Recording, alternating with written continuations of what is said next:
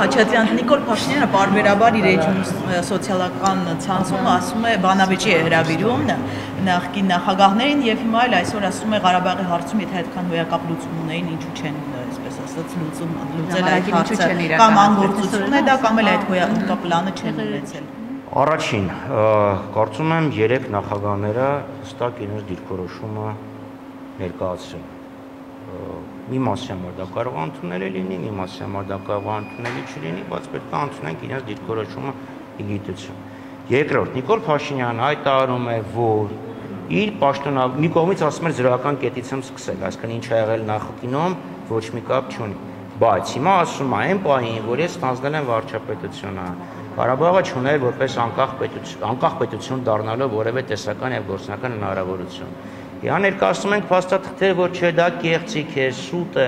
նույնիսկ այն թուղթը, որ ինքն է հրապարակել, իրեն հերքում է, ես խոսում եմ Կապանուն 19 թվականի հունվարին հրապարակած փաստաթղթի մասին, որ դու կեղծում ես իրականությունը։ Եվ երկրորդը, ինքը ասում է, դե եթե լավներ անենք, նախ թիվ 1 նախ ընդունի, որ ավելի լավներ, քան թե ինչ են, որ դու բանակցել ես։ Սկզբից դա ընդունի։ Երկրորդը, միգուցե անեին, եթե դու չգայիր։ Միգուցե անեին, եթե դու դեռ ընդդիմություն եղած ժամանակ չասեիր ինչ փողզիջում, գնանք էլի 2 շրջան գրավենք, գնանք էլի մի հատ քաղաք գրավենք։ Թող մի հատ անդրադառնա իր վարքագծին։ Եվ հավանաբար 4-րդը, պատկերացրեք, կա մարդու անալոգիայի վրա խոսենք։ Լավ մարդ է, որ ունի առողջական խնդիրներ։ Օրինակ առողջության վերակենում ծունկը ցավում։ Եվ բժիշկները փորձում են իրան լուծել։ Լավ, վատ այդ մարդը քայլում է։ Հա, մի քիչ նեղում է, որովհետև կարգավիճակը վերջ-վերջը որոշված չէ։ Բայց հա, եղանակը խոնավ է, քայլում է մարդը։ Հիմա ինքը գալիս, ասես մնացած բոլոր բժիշկներին քշում գցում է այն կողմ, ասում է տվեք ես հեսակա բուժեմ եւ Նեսոյի Ղարաբաղնի սան։ Այդ Նիկոլ Փաշինյանին ես առաջարկում եմ Նեսոյի Ղարաբաղնից հեքիաթը կարդալ։ Ինքը բժիշկներին գցեց այն կողմ, ասեց ես հիմա իրան կբուժեմ, տվեց մարդուն սպանեց, նու այս դեպքում Արցախի հակամարտությունը բերեց շատ դժվար իրավիճակի, ասում է դե տենց է, դուք լուծեիք, չգայիր։ Չընտրեիք չգար, պարոն Խաչատրյան։ Ես եմ ընտրել։ Դուք չէ, բայց Դաշնակցությունը ընտրել։ Նիկոլ Փաշինյանը 2018 թվականին պաշտոններ եք վերցրել։ Կոալիցիայի մաս։ Ուրեմն 2018 թվականին ինքը որ եկավ,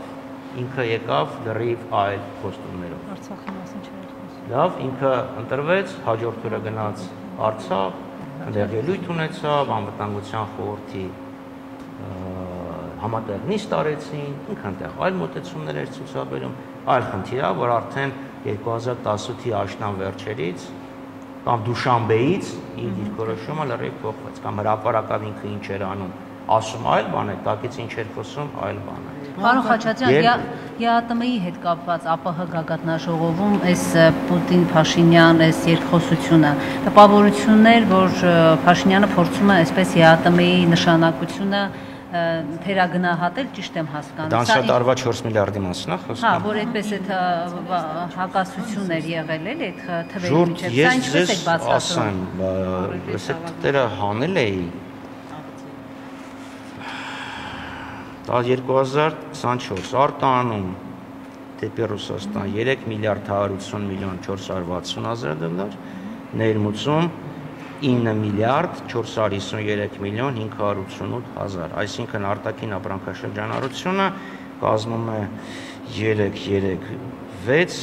12 միլիոն 633 հազար դոլար, արտաքին ապրանքաշրջանառություն, միլիարդ, միլիարդ 12 միլիարդից ավել, 12.5-ից էլ ավել, հիմա 9 միլիարդ որտեղից ասես չգիտեմ, սա ես վերցրել եմ պետական եկամուտների կոմիտեի արտաքին ապրանքաշրջանառության մասին տեղեկություններից։ Այս տարի առաջի կեսի տվյալներով մոտ 50%-ով պակասել է ընդհանուր առմամբ մեր ներմուծումները, ներողություն արտահանումները, մոտ 35%-ով պակասել են մեր արտահանումները։ Հիմա եթե սա պրոյեկտենք համամասնությամբ 4 միլիարդից ավել կլինի վստահաբար։ Սա ինչի արդյունք է, դե Պապոյանն ասում է, որ ոսկին էր, դա մեր վրա ոչ մի ազդեցություն չուներ, բայց ես հիշում եմ, որ անգամ Բաբկեն Թունյանը Աժամբյոնից գրեթե այսպես խոսում էին, որ բան են, այդքան ոսկի են արտադրել Հայաստանում։ Այդ ժամանակ գլուխ էին գովում, հիմա, չգիտեմ, քաղաքական պատճառներով փորձում են ԵԱՏՄ-ի նշանակությունը թերագնահատել։ Բայց այսօր լավ հարցեր են։ Ուրեմն ես ինքս Նիկոլ Փաշինյանին ասել եմ, որ դուք 22 թվականին խոսում եք Հայաստանի ուրեմն էպոխալ տնտեսական աճի մասին, ձեր հետ որևէ կապ չունի։ Սա Ռուսաստանի դեմ կիրառված պատժամիջոցների հետևանքն է։ Ինքն ասում է, այդ մարդիկ եկել են Հայաստան, որովհետև Հայաստանը ժողովրդավարական երկիր է, որտեղ չկա կոռուպցիա։ Հիմա եթե կիրառենք Նիկոլ Փաշինյանի տրամաբանությունը, մարդիկ բիզնեսը փողը երկրից գնում են, որովհետև Հայաստանը ժողովրդավարական պետություն չէ եւ կա կոռուպցիա։ Դա Նիկոլ Փաշինյանին։ Մյուս խնդիրը ոսկու հարցը։ Հա ասում են ճիշտ է եղել, դա ասում ես ինքս ասել եմ, դե հիմա գնանք ցույց տվեք, այդ որ գործարանն է, այդքան ոսկերչական արտադրանք արտադրել։ 23 թվականին նրանք նշել էին, թե ոսկերչական արտադրանքը, ոչ թե ոսկին, ոսկերչական արտադրանք, ականջող, մատանի եւ այլն, 26 անգամ ավելացել է, որ դա սուտ է եղել։ Ասում ենք, այդ ստերով եք դուք տնտեսական աճ ցույց տալի։ Այսօր ասում են, հա, դա իրականություն չէ, բայց մոռանում են խոստովանել, որ խաբում էին ժողովրդին։ Մյուսը ասում են, դե լավ է, որ այս վերարտահանումները չկան, մեր տեղական արտահանումները, տեղական արտադրության արտահանումները մեծացել են շուրջ 10%-ով։ Գիտեք ինչի հաշվին, ասում եմ նա։ Ուրեմն ծխախոտի եւ սննդի վերամշակված սննդամթերքի։ Այսինքն խոսում էին բարձր տեխնոլոգիական արդյունաբերություն, կանաչ տնտեսություն, չգիտեմ,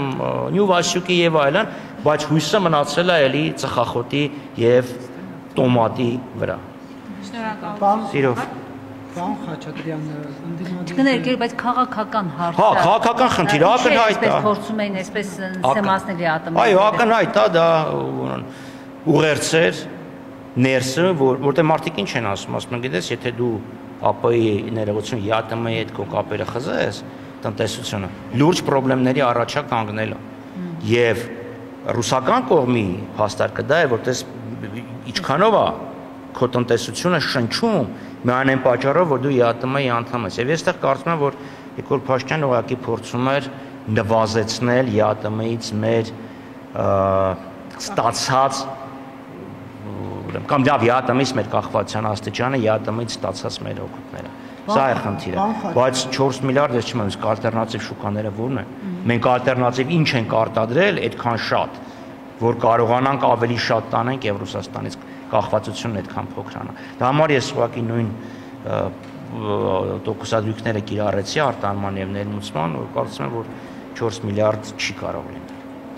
Պարոն Խաչատրյան, ընդդիմադիր տարբեր ուժեր հայտարարում են վարչապետի թեկնածու առաջադրելու ունենալու մասին։ Ընդդիմադիր դաշտը արդյոք այսպիսով չի բաժանվում եւ հնարավոր կլինի ըստ ձեզ ընտրություններից հետո համախմբվել։ Նախ ընդդիմադիր քաղաքական ուժեր, խմբեր, խմբակներ շատ են։ Նիկոլ Փաշինյանին չսիրողները շատ են։ Մյուսը ես ընդդիմադիր ուժերին, որոնք փոքր են,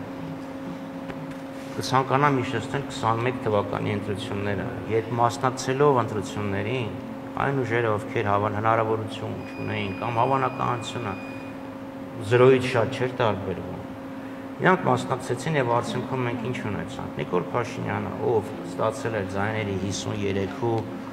8-9%, 54-ից քիչ, այսօր խորհրդանում ունի 70%-ից ավելի մեծ ներկայացվածություն։ Ես ուղղակի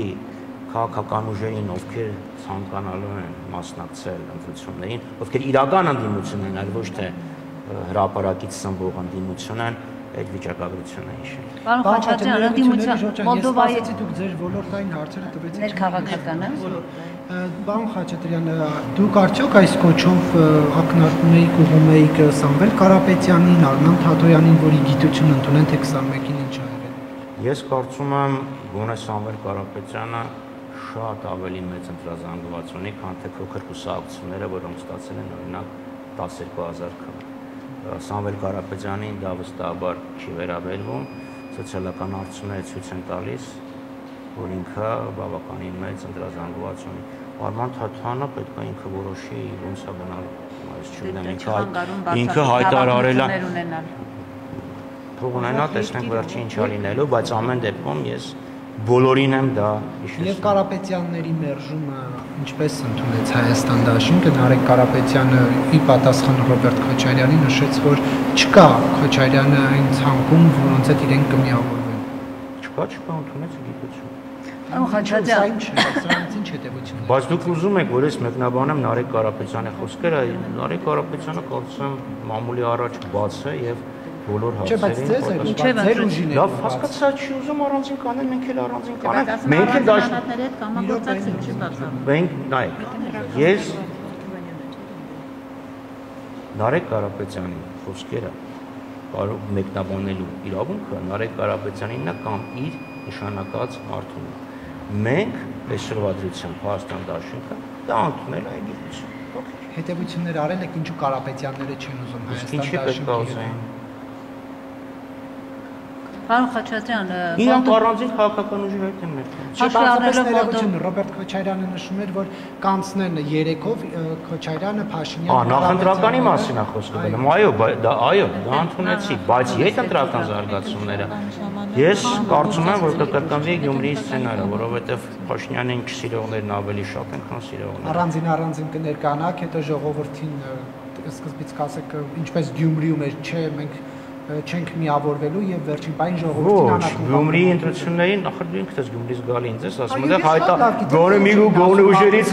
գոնե ուժերից մեկը ասել էր, եթե ես պատրաստ եմ իմ ձայները տալ նրան անդիմադիրներից, ով ամենաշատ ձայնը ավակի եւ դրա մասին նաեւ նախագահ Քոչարյանն խոսեց իր վերջի ասում։ Եվ պարոն Խաչատրյան, դաշնակցությունը որոշում ունի Քոչարյանի հետ շարունակելու, եթե ոչ։ Ես կարծում եմ, այդ հարցը պետք է դնեմ Facebook-յան էջին, այն ping message-ի նման։ Դաշնակցությունը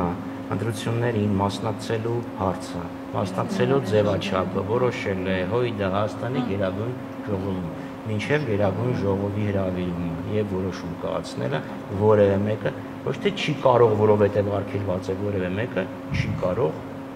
կանխատեսել, թե ինչա լինել։ Պետք է քննարկել այդ հարցը։ Անկասկած։ Նույնը եղավ 21 թվականին։ Հաստատ որոշում չկա։ Իսկ որոշումը կուսակցությունը կայացնի, չէ՞։ Կուսակցության որոշումը կայացնում է ժողովի ժամանակ։ Պարոն Խաչատրյան, Մոլդովայի օրինակը, որտեղ Ռոբերտ Քոչարյանն էլ ակնարկեց իր հարցազրույցում, որ այսպես կարող են փորձել, իհարկե դրսի ընտրողների մասով խնդիր կա, բայց երբ Փաշինյանը այստեղ խորհրդանի ամբիոնից կուսակցություններ փակելու մասին է ակնարկում եւ այլն, այս սցենարը որքանով է իրատեսական համարում, Հայաստանում կարող է դա կիրառվել եւ ինչ պետք է անի ընդդիմությունը։ Պատահական չէ, Նարեկ Բաբայանի հարցը։ Այո։ Պատահական չէ, այսինքն սանով ինքը Նիկոլ Փաշինյանին քաղաքական հայտարարություն անելու հնարավորություն տվեց։ Եվ քաղաքական հայտարարությունը այն էր, որ այս իշխանությունները չեն խորշելու որոշ կուսակցությունների թույլ չտալ մասնակցել ընտրությունների, օրինակ 1995 թվականի հուլիսի 8-ին դաշնակցությունը թույլ չէր տրվել մասնակցել եւ նաեւ ՍԻՄ դաշնակցություն բլոկ է ձևավորվել, իրանց թույլ չտրվեց, մեզ եւ ՍԻՄ։ Իսկ դաշնակցության հարցում ես կարծում եմ իրանք հիմա դոսիե են հավաքում, որպեսզի դաշնակցության գործունեությունը միայն դաշնակցության դեպքում կլինի, որտեղ խոսակցություններ կան, որ օրինակ մեր ձևովը եթե դառնա քաղաքական պարզապես չգրանցեն։ Ես դաշնակցության մասին եմ ասում, իր եւ իր կուսակիցների հայտարարությունները հստակ է, որ իրանք այդ հարցում առնվազն ջանքեր թափում են, որ կարողա չգրանցեն, չեն բացառում նաեւ։